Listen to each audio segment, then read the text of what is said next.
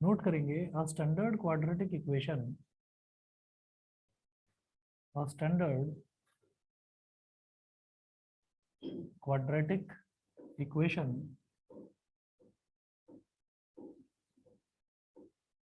is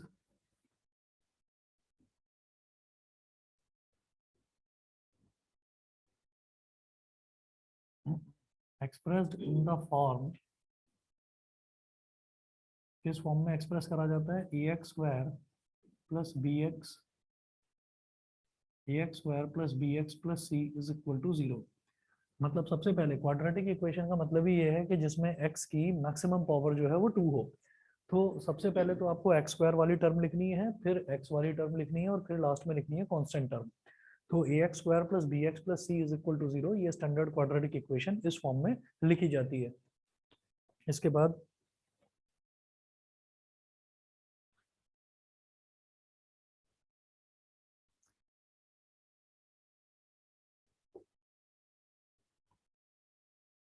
formulation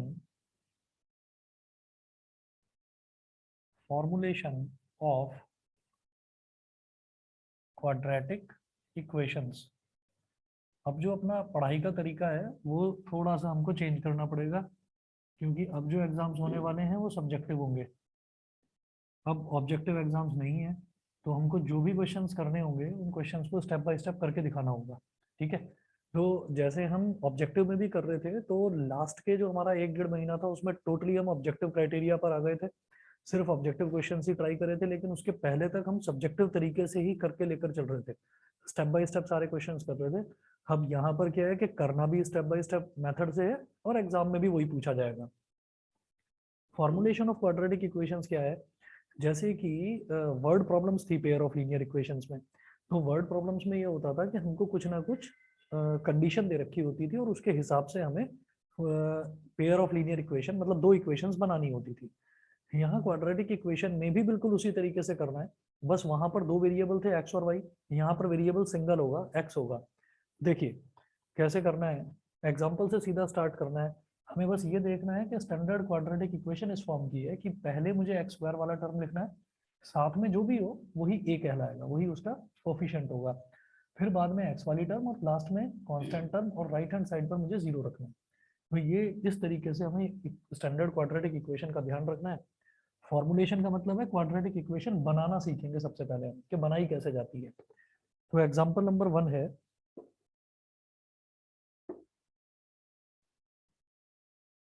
page number 71 of NCERT.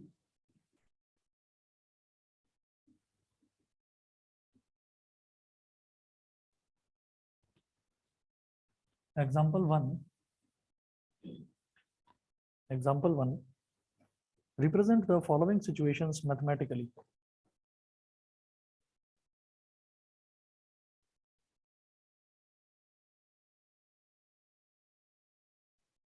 Represent the following situations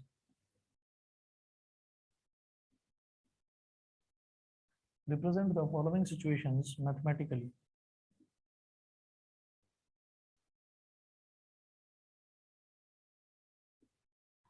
Following situations mathematically. First है, John and Jivanti together have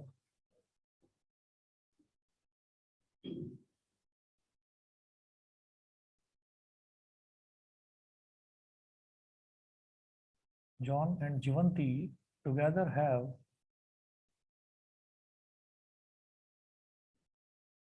45 marbles. John and Jivanti together have 45 marbles. Full stop. Both of them lost 5 marbles each.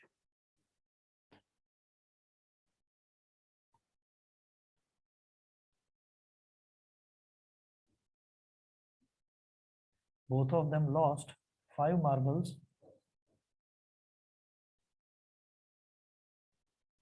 Both of them lost 5 marbles each, comma, and the product of the number of marbles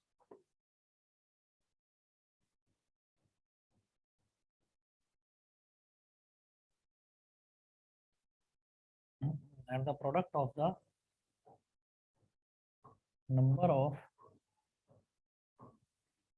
marbles and the product of the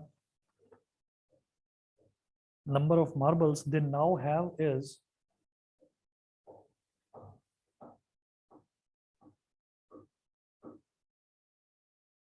they now have is 124, full stop. We would like to find out how many marbles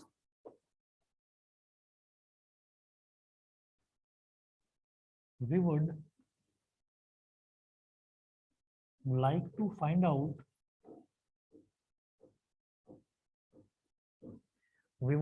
find out how many marbles they had to start with. Like to find out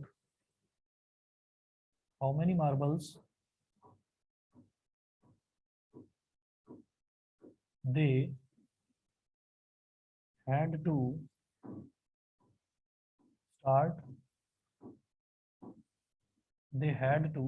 with.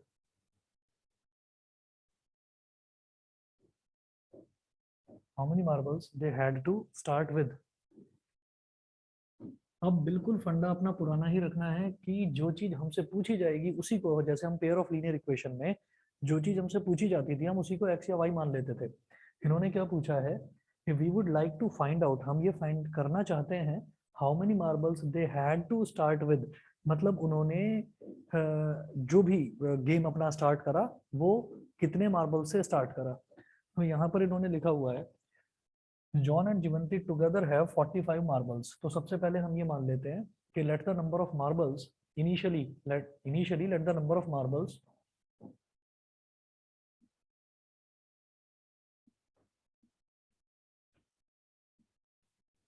Note करेंगे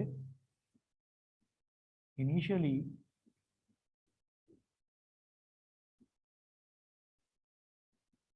let the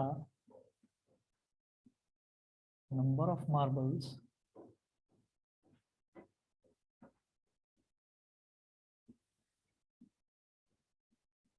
with John is x. Initially let the number of marbles with John is x. John के पास number of marbles x है. Then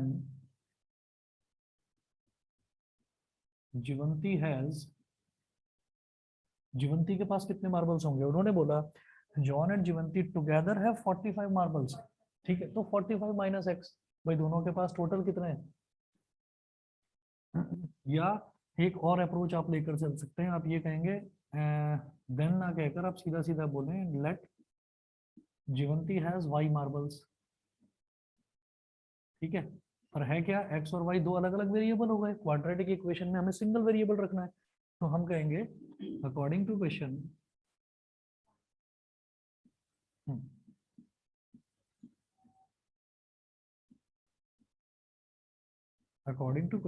x plus y is equal to 45। ठीक है, it implies that y is equal to 45 minus x, इसको बोल दीजिए equation number 1। उसके बाद बोलते हैं both of them lost 5 marbles each। ठीक है, both of them lost 5 marbles each। now when both lost 5 marbles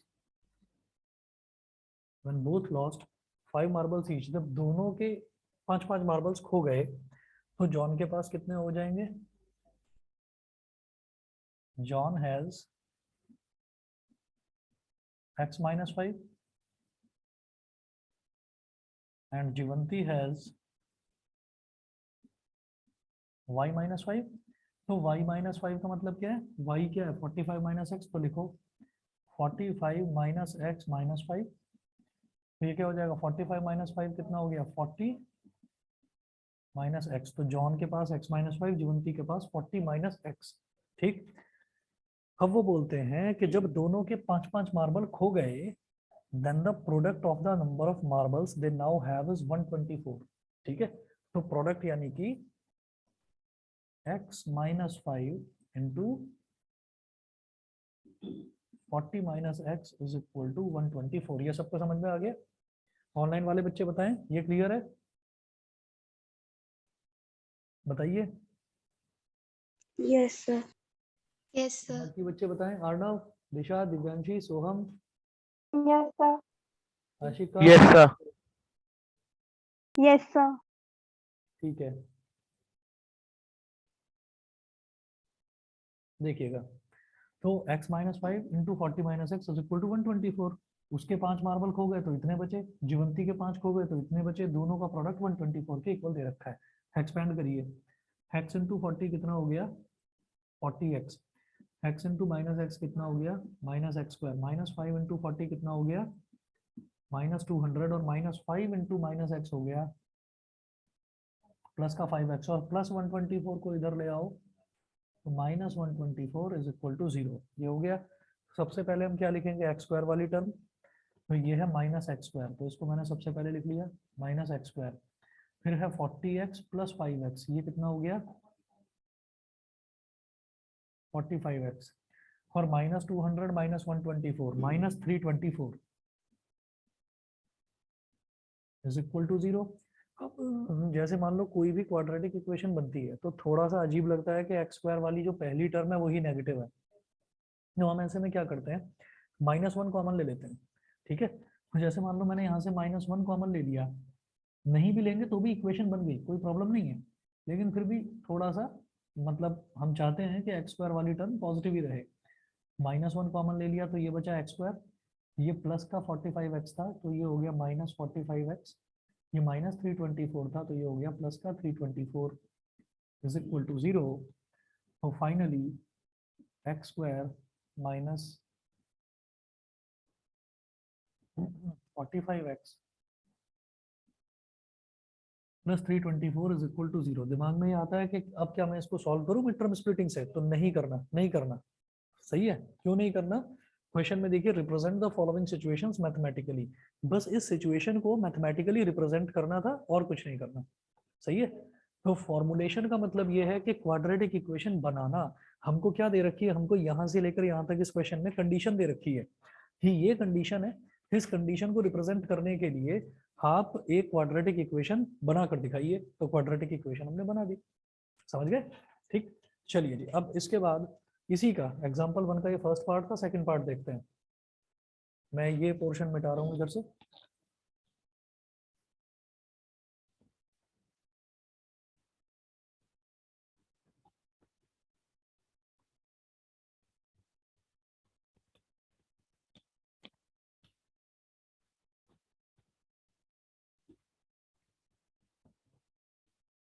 क्या कह रहे हो?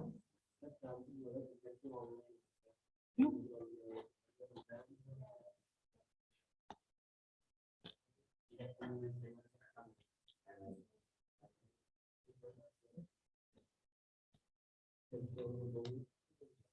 पता नहीं, पता नहीं अभी कि क्या होने वाला है, इसलिए चुपचाप पढ़ाई करो। ना निकले तो अच्छा है ना, तुम उल्टा उल्टा क्यों सोचते हो? एक तो मास्क आप चाहते नहीं कि आप बचे रहो, और मैं भी बचा रहा हूँ, मास्क क्यों नहीं लगा कर आए? लगा लिया करो, और तुम भी। हाँ, और मैसेज चेक किया करो।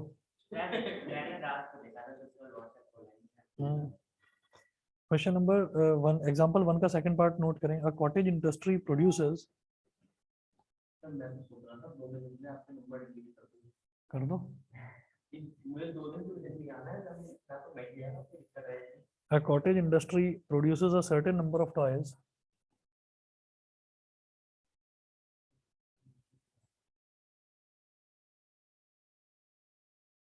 A cottage industry produces a certain number of toys. A cottage industry produces a certain number of toys in a day.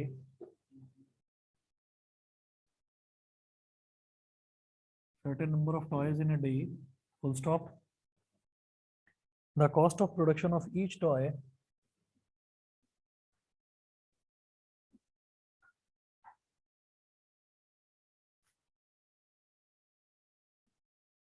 the cost of production of each toy the cost of production of each toy in rupees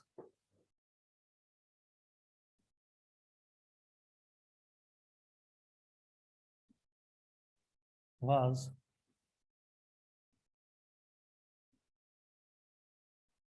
found to be 55 minus the number of toys, 55 minus the number of toys, 55 minus the number of toys produced in a day.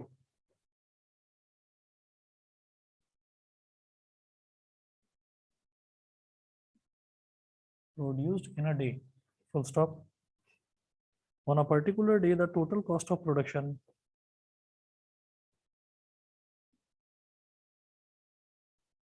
on a particular day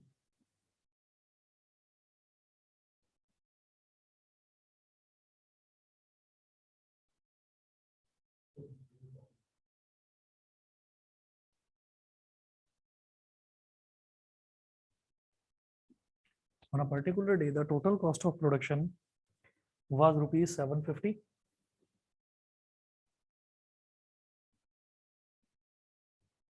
Was rupees 750. Full stop. We would like to find out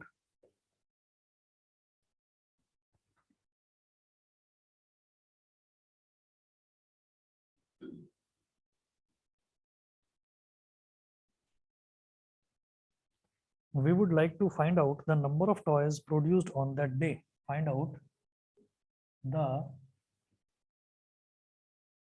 number of toys produced on that day.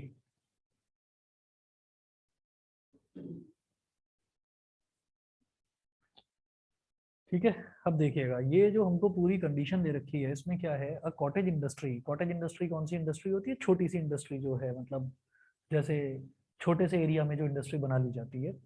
Produces a certain number of toys in a day, the cost of production of each toy in rupees. हर एक toy की cost of production was found to be 55 minus the number of toys produced in a day, the cost of production of each toy, एक toy की cost. ठीक, अच्छा, ये सारी conditions देखने से पहले ये देखो कि पूछा क्या जा रहा है। वो बोल रहे हैं we would like to find out the number of toys produced on that day. तो एक दिन में कितने नंबर ऑफ टॉयज बनाए जाते हैं वो ये पूछ रहे हैं। तो जो चीज पूछी जाती है उसी को हम x मान लेते हैं। तो हम यहाँ पर कहेंगे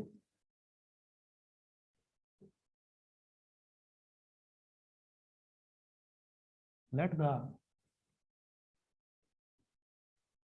number of toys produced let the number of toys produced in a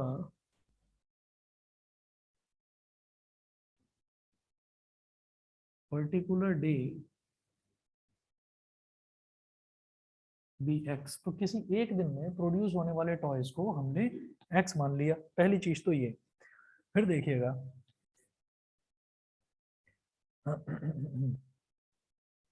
the cost of production of each toy was found to be 55 minus the number of toys produced in a day। ठीक है, तो यहां लिखेंगे cost of production of each toy। each toy मतलब एक toy की cost जो है वो क्या होगी, जैसे मान लो एक दिन में 10 टॉयज प्रोड्यूस हुए, ठीक है, तो एक टॉय की कॉस्ट कितनी हो जाएगी 55 minus 10, 55 minus the number of toys produced in that day. तो मैंने ये कहा कि किसी एक दिन में late the number of toys produced in a particular day, के एक दिन में कितने टॉयज प्रोड्यूस हुए x, तो एक टॉय की कॉस्ट कितनी हो जाएगी 55 माइनस x। ठीक है, ये दे रखा है ही the cost of production of each toy was found to be 55 minus the number of toys produced in a day. Number of toys produced in a day मैंने कितना मान लिया x, तो एक टॉय की कॉस्ट कितनी हो गई 55 माइनस x। तो cost of production of each toy is equal to rupees 55 minus x। समझ गए, रुपीज 55 माइनस x ऐसे हो गया। अच्छा 55 माइनस x हो गया। फिर वो बोलते हैं on a particular day the total cost of production was rupees 750। तो टोटल कॉस्ट कैसे निकालेंगे भाई, एक दिन में कितने टॉयज प्रोड्यूस हुए x, इतने तो नंबर ऑफ टॉयज हैं, और एक टॉय की कॉस्ट इतनी है, तो अगर इन दोनों को मल्टीप्लाई कर देंगे तो टोटल कॉस्ट आ जाएगी। ठीक है, तो यहाँ लिखेंगे total cost, total total cost is equal to ₹750। और टोटल कॉस्ट कितनी निकलेगी? Number of toys produced in a day multiplied by cost of each toy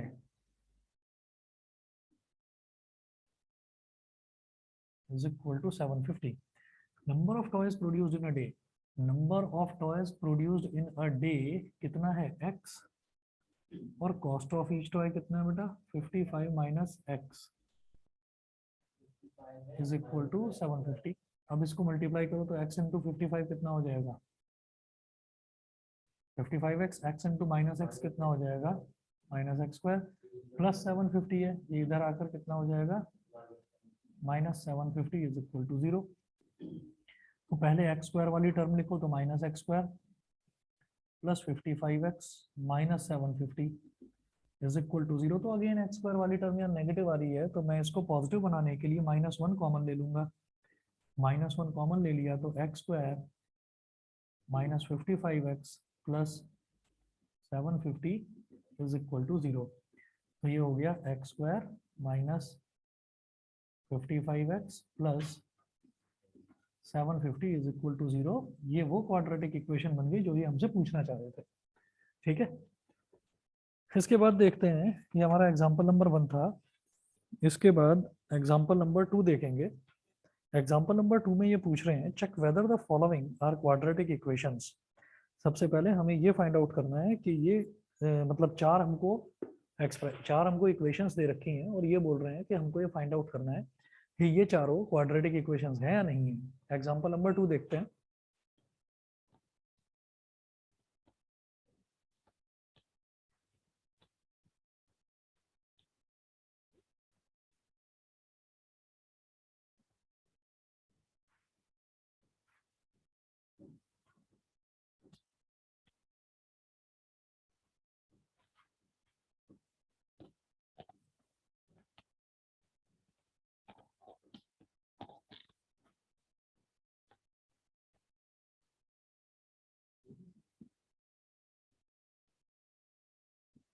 note करिएगा, check whether the following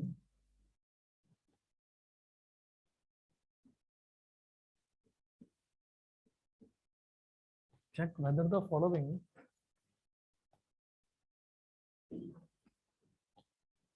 are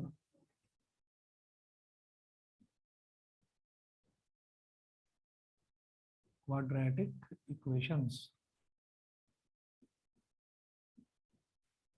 ये चेक करना है कि जो ये हैं ये क्वाड्रेटिक इक्वेशंस हैं या नहीं है। तो फर्स्ट पार्ट इसका है x माइनस 2 का होल स्क्वायर प्लस 1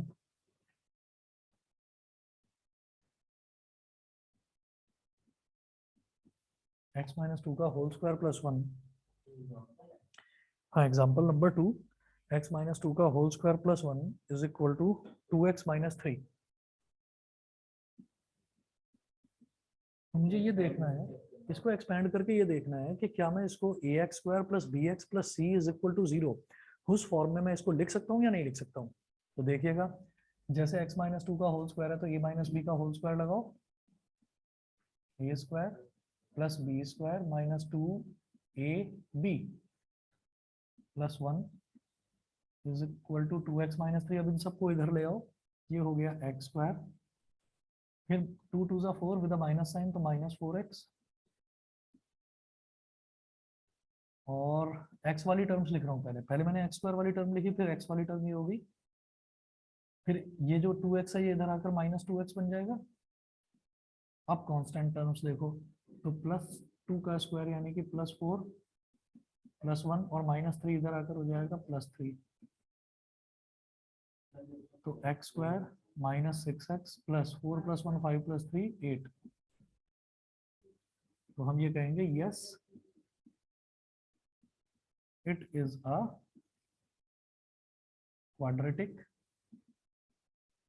इक्वेशन। अब क्योंकि आप ये अपने नोट्स बना रहे हैं मैथ्स के, तो आपको याद रहे, रिवाइज करते टाइम आपको याद रहे कि मैंने यहाँ पर इसको क्वाड्रेटिक इक्वेशन क्यों लिखा है। तो नीचे एक रीजन लिखें, बिकॉज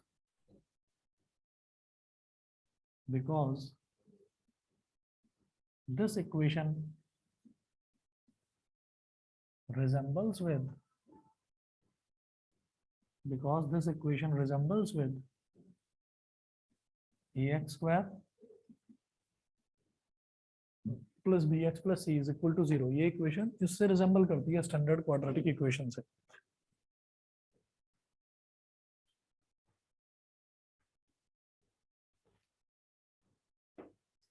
सेकंड पार्ट देखिएगा,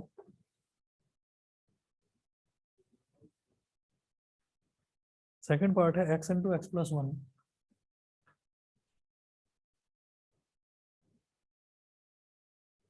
x into x plus 1 plus 8 is equal to x plus 2 into x minus 2।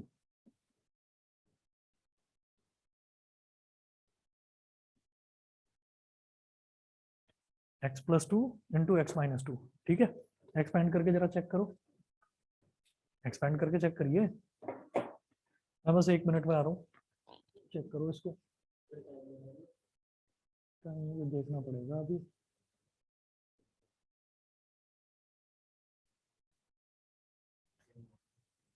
हाँ देख रहा हूँ।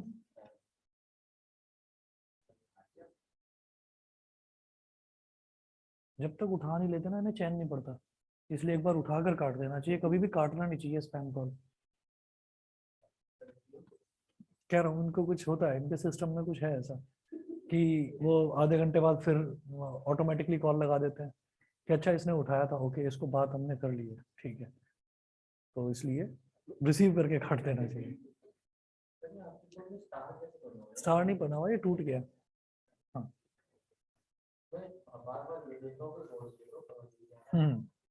चलिए जी, अब ना इसमें आपको क्या करना है कि एक्सरसाइज 4.1 मैं पूरी छोड़ रहा हूँ। एक्सरसाइज 4.1 में भी यही है कि आपको या तो ये पता करना है, दो तरीके के ही क्वेश्चन, दो ही क्वेश्चन दे रखे हैं। उसके पहले क्वेश्चन के हैं 8 पार्ट्स हैं और जो दूसरा क्वेश्चन है उसके 4 पार्ट्स हैं। यही है, या तो फॉर्मुलेशन, बहुत अच्छी बात है, या तो फॉर्मुलेशन ऑफ क्वाड्रेटिक इक्वेशन है, या फिर ये बताना है कि वो क्वाड्रेटिक इक्वेशन है या नहीं। ये वाले क्वेश्चन हैं। तो एक्सरसाइज 4.1 पूरा करना होमवर्क में, और मैं चेक करना चाह रहा हूँ इस बार। आप लोग बस ये ध्यान रखना कि लापरवाही मत करना। हमारा आज जो 17 है, 17 दिसंबर, इतना याद रखिएगा कि फरवरी में, यहाँ तक मुझे लग रहा है आपके एग्जाम्स करा देंगे। चलिए, अगर स्कूल बंद हो जाते हैं तब की तब देखी जाएगी, लेकिन अभी ये मानकर चलो कि ये फरवरी में आपके एग्जाम्स करा देंगे, ताकि आगे का जो सेशन है वो डिस्टर्ब ना हो। जैसा इस बार सभी का सेशन डिस्टर्ब हुआ था, तो वो खराब ना हो, इस वजह से मैं अपना प्रोजेक्शन ये लेकर चल रहा हूँ कि मेरी कोशिश है कि कोशिश क्या हमें करना ही पड़ेगा, और इसके अलावा और कोई ऑप्शन नहीं है कि 15 फरवरी तक हमें सिलेबस कराना ही कराना है, ठीक है ना। तो 17 दिसंबर है, तो जनवरी फरवरी 2 ही महीने हैं, हमें 2 ही महीने में पूरा टर्म टू करना ही है कंप्लीट, ठीक है। तो लापरवाही मत करना। मैं एक्सरसाइज 4.1 आपको होमवर्क में दे रहा हूँ। वो तुम्हारी मर्जी है, तुम आराम करो, लापरवाही करो, जो करना है करो, पर ये याद रखना, ये याद रखना कि एक हफ्ते के अंदर अंदर सबकी आंख खुलने वाली है, सभी को दिखाई दे जाएगा कि सिलेबस बड़ी तेजी से भगाया जा रहा है, क्योंकि 2 ही महीने, 2 ही महीने, सीरियसली बता रहा हूँ। कोरोना वायरस अगर दोबारा से अटैक करता है तो बात अलग है, लेकिन टाइम हमारे पास कम है। नहीं, वो वायरस के वेरिएंट्स कितने भी आ जाएं, लेकिन मतलब मेजॉरिटी ऑफ द पॉपुलेशन तो मतलब कंप्लीटली वैक्सीनेट हो चुकी है। हाँ इतना जरूर है कि उसके अलावा ये नहीं माना जा सकता कि हम पूरी तरह से सेफ हैं। मास्क वगैरह लगा कर रखना है, वही 2-3 फंडे हैं, मास्क लगा कर रखना है, किसी के साथ ज़्यादा चिपकना नहीं है ना, कि आजू बाजू में खड़े होकर बात कर रहे हैं, चले यार और बता क्या हाल चाल है, वो काम नहीं करना है। तो थोड़ा सा गैप बना कर रखना है, और फ्रीक्वेंटली हाथ धोते रहना है, बस। भाई देखिए, ये तो करना पड़ेगा, ठंड तो लास्ट ईयर भी आई थी, लास्ट ईयर भी लोगों ने फॉलो करी थी ना सारी इंस्ट्रक्शंस, जिन्होंने फॉलो करी थी वो बचे में।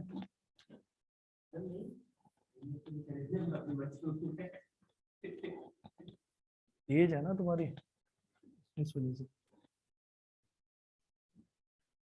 एज के साथ साथ इम्यून सिस्टम वीक होता है। चलिए आगे देखते हैं। एग्जाम्पल नंबर 3 देखिएगा, पेज नंबर 74 पर है।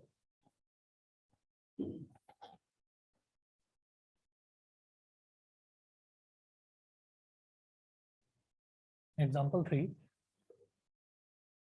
एग्जाम्पल 3 है find the roots of the equation.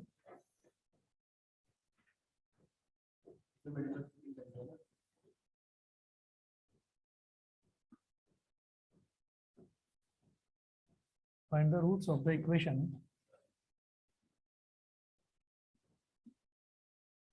Find the roots of the equation 2x square minus 5x plus 3, 2x square minus 5x plus 3 is equal to 0 by factorization.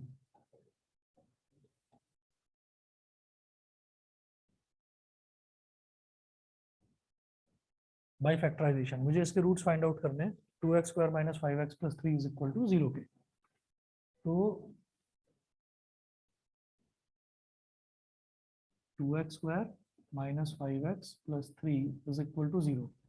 Quadratic equation है तो इसमें x की maximum power क्या है, 2 है। तो याद रखना क्वाड्रेटिक इक्वेशन की दो रूट्स यानी कि दो वैल्यूज आती हैं इसमें x की।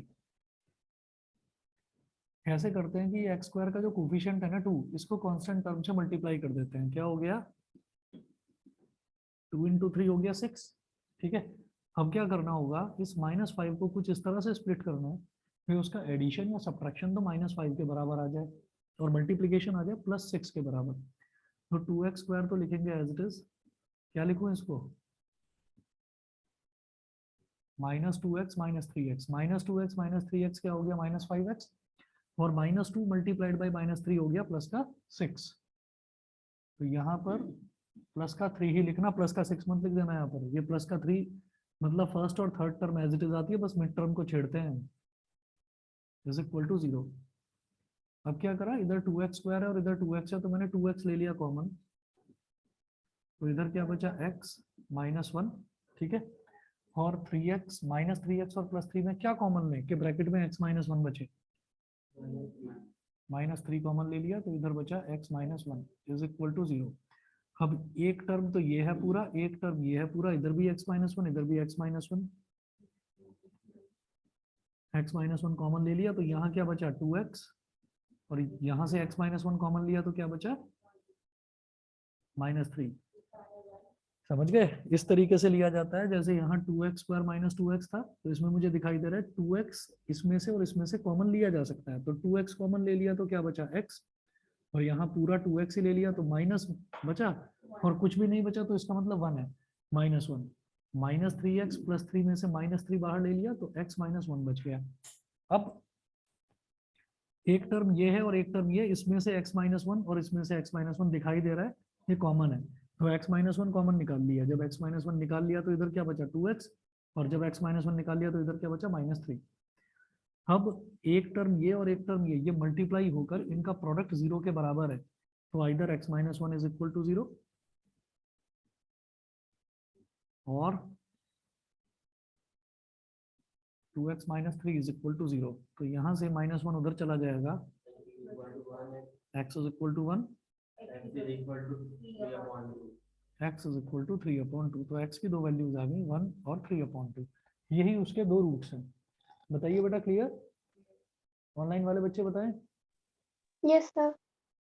ठीक है, चलिए जी आगे चलते हैं। फिर एग्जाम्पल नंबर 3 के बाद एग्जाम्पल नंबर 4 देखेंगे। Find the roots of the quadratic equation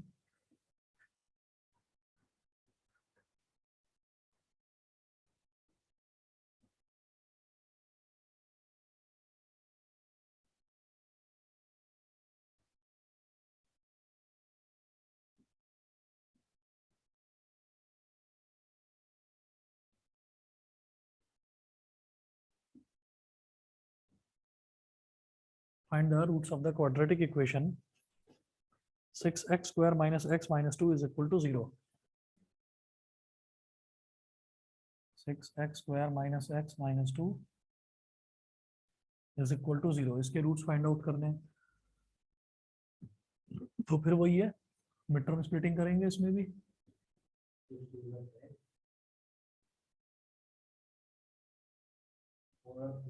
अब जैसे माइनस एक्स है तो इसको क्या बोल देंगे, -1x।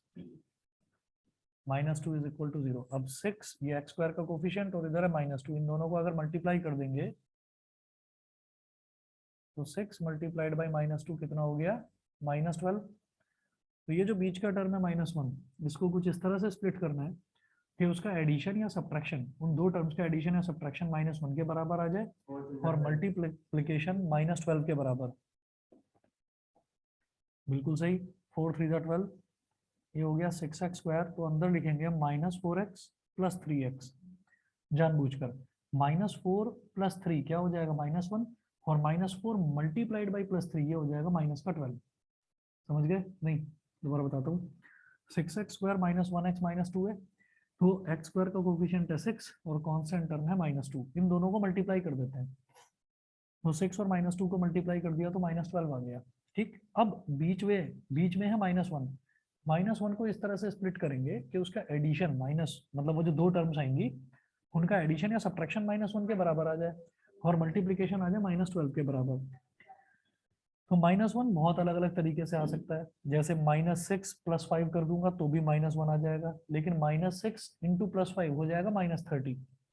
मुझे -4 और +3 अगर मैं कर दूंगा तो वो -1 हो जाएगा, और -4 मल्टीप्लाइड बाई +3 ये आ जाएगा -12 के बराबर। ठीक है, तो ये तीसरा टर्म एज इट इज लिख देंगे, -2 इज इक्वल टू 0। अब 6x स्क्वायर और 4x, 6 और 4 किसके टेबल में आता है, 2 के टेबल में, तो एक तो 2 आ गया कॉमन। x स्क्वायर और x में छोटी पावर क्या है, x, तो x आ गया कॉमन।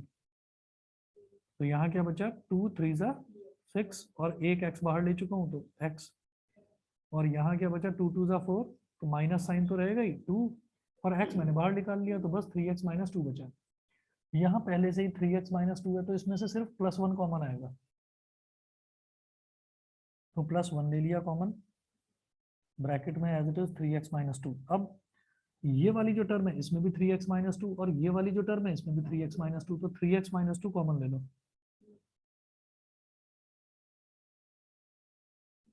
तो इधर बचा 2x, तो 3x - 2 इज इक्वल टू 0, और 2x + 1 इज इक्वल टू 0। यहाँ से हो गया 3x इज इक्वल टू 2, और यहाँ से हो गया 2x is equal to -1,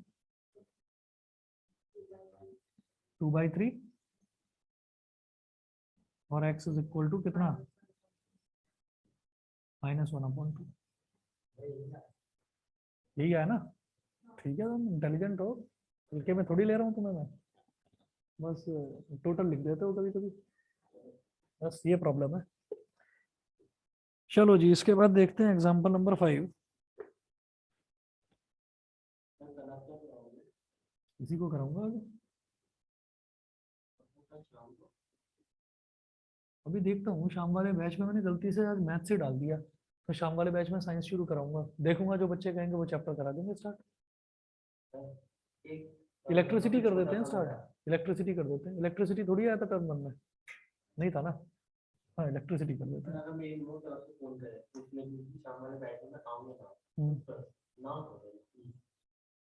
find the roots of the quadratic equation.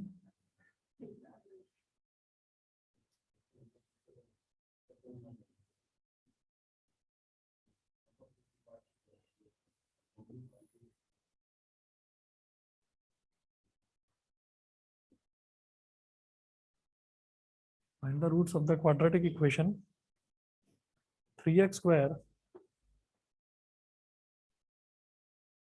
minus 2√6x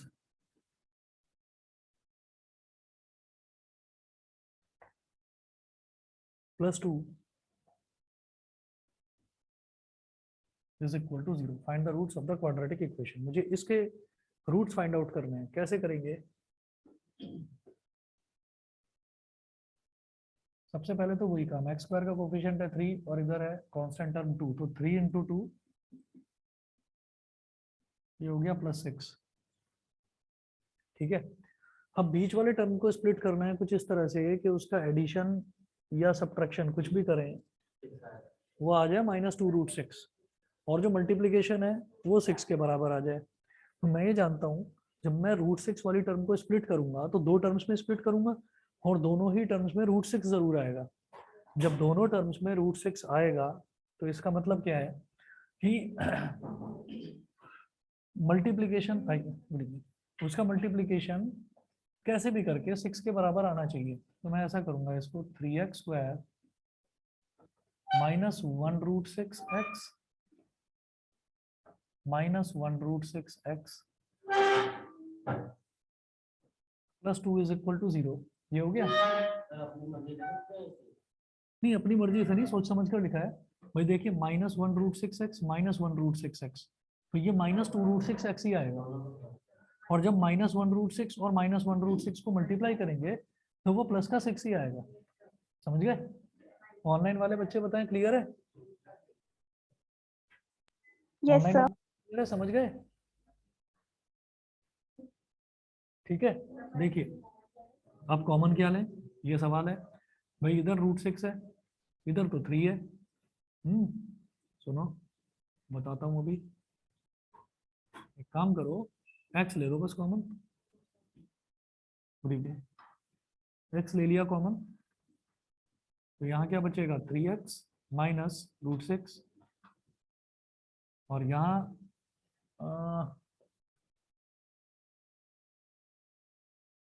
नहीं आएगा अभी कॉमन, रुको।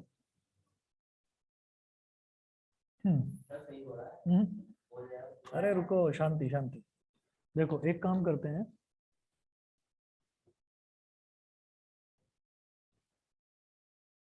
इसमें एक काम करेंगे। जैसे ये 3x² है तो 3x को मैं क्या लिख सकता हूँ, 3 को लिख सकता हूँ √3 × √3x² माइनस इसको लिख सकते हैं 1 × √3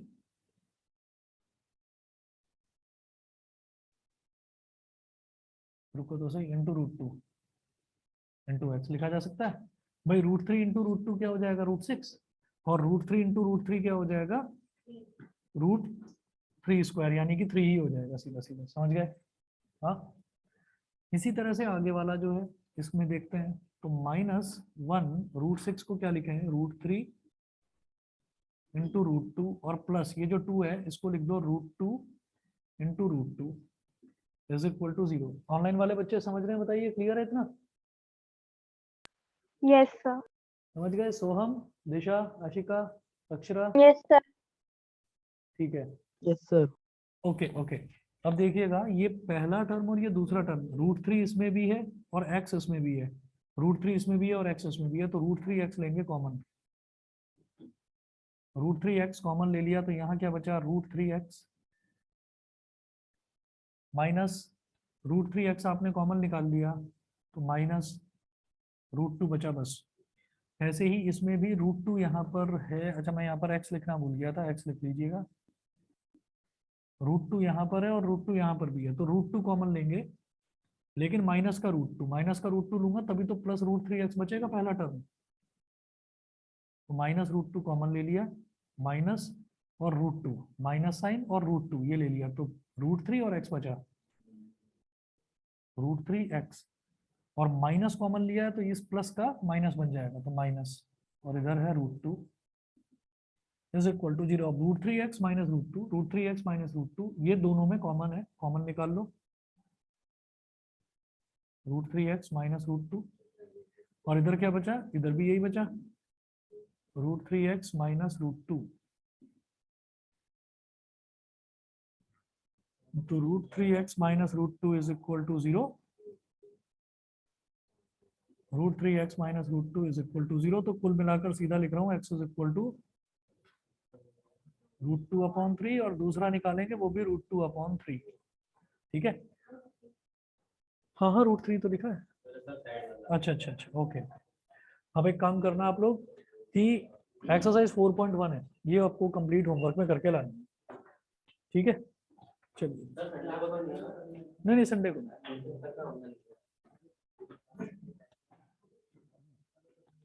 मैंने कोशिश करी थी बड़ा एडजस्ट करने की, लेकिन नहीं हो पाया। इससे पहले भी क्लास है, इसके बाद में भी क्लास है। फिर कुछ बच्चों ने अपना उसी हिसाब से एडजस्ट कर रखा है।